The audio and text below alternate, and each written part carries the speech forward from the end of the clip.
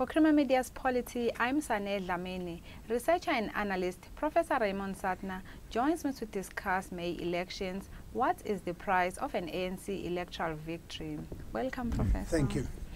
Why do you say that the ANC cannot draw comfort from the fact that the two main parties, which are the EFF and the DA, are in disarray as we are leading up to the general elections in May? Well, it can draw comfort in the sense that they're in a bad state, and for any party that's opposing them, it's better that your opponents are in a bad state. But if you're also in a bad state, that is a problem, and the ANC is clearly very divided. You've got the situation where Ramaphosa has to say these very nice things about Zuma because he's trying to avoid the people who support Zuma from not voting or for voting for another party or some such thing. So there's a lot of division. There's a lot of division about key aspects of what Ramaphosa wants to do, like the cleanup. I don't know if you're going to ask me about that separately, but as was seen when Gordhan gave his evidence last year, no one came to defend him for about 8 days. So there's a lot of, it's a divided ANC, more divided than before perhaps, and so they can't draw comfort because they've got their own problems. They've got to look at themselves before they can beat anyone else. You are also addressing the fact that the ANC faces crisis of trust. How can this aspect damage Ramaphosa's image compared to leaders like Thabo Mbeki and Nelson Mandela? Well, you see, Nelson Mandela and Thabo Mbeki are not standing for election, so that they can't, doesn't matter what, even if they were distrusted, it wouldn't have an effect on Ramaphosa. But the fact is that he doesn't enjoy the same level of trust as these people. Not so much Ramaphosa himself, but many of the people in the ranks of the ANC have been implicated in wrongdoing from previous departments that they were in, or even in things that they've done since Ramaphosa has taken over. So that there's a general distrust of the ANC related to their being central to state capture and corruption over 10 years. Some of it, state capture is more recent. Maybe it's more recent, maybe it's earlier. I don't know all the facts. Things are coming out all the time. So people who are poor it doesn't mean because you're poor that you don't know what's going on, that you don't know that money that is meant to provide houses, healthcare and all that for you is being diverted into the pockets of people. I mean, if you look at the people on the stage or in the leadership, most of them are rather overweight, you know, and that gives one an impression that they're eating very well. And people may say, they're eating my money, and this is the problem, that there's that cynicism about them. You know, there wasn't cynicism about Mandela, there wasn't cynicism about Mbeki. Some people didn't like Mbeki. There wasn't cynicism about Motlanthe or Tambo, but there's cynicism now. People are skeptical. I mean, Ramaphosa's got a much more popularity, especially with business. We don't know what the level of popularity is with the working class, although Kossatu endorsed him.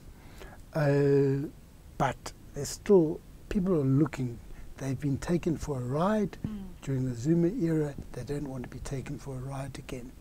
You are also mentioning a few blunders that you are saying are going to cost the DA as well as the EFF votes in the elections. Can you mention a few that you think are going to cost the DA, like maybe for them to lose supporters in May?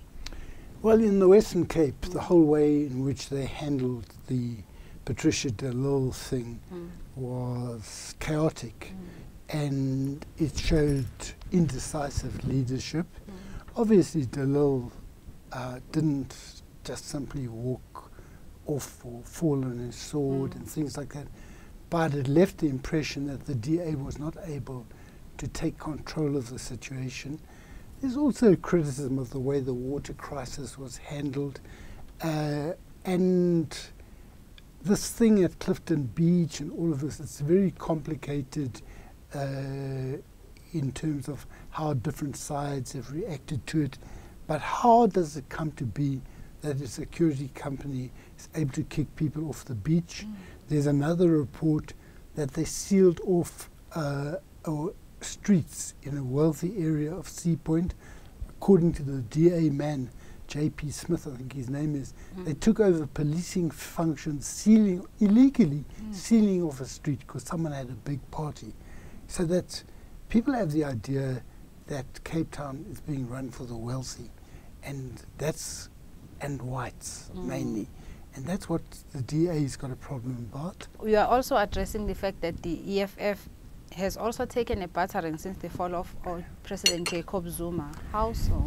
Well, look, there's a small matter of the VBS Bank where they were making these racist statements against Mamoniet. And Mamoniet was very key in getting the Public Finance Management Act.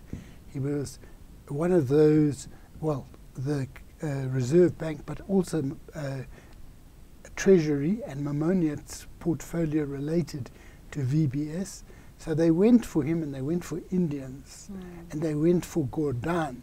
And it turns out from the Motau report that money was siphoned off to the brother of Floyd Shivambu, and it appears that some money has landed in the pockets of Shivambu Floyd, as well as Malema and the EFF itself. There's also Mazotti given donations. It's not denied. He's been involved in irregular cigarette business, things like that.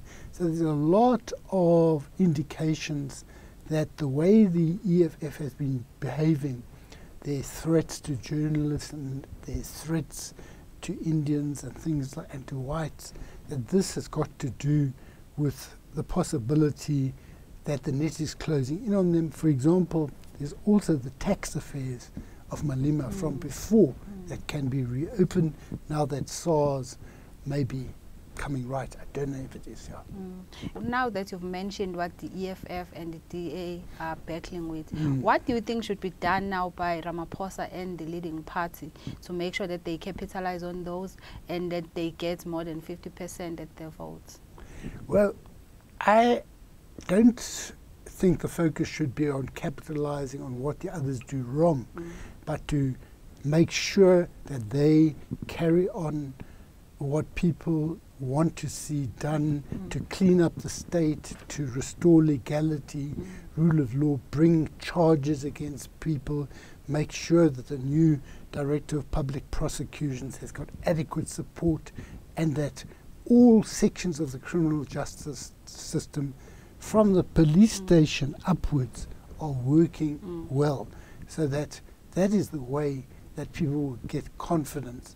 But there may be that there are people, if they want unity with the Zuma supporters, many of those people don't want to clean up.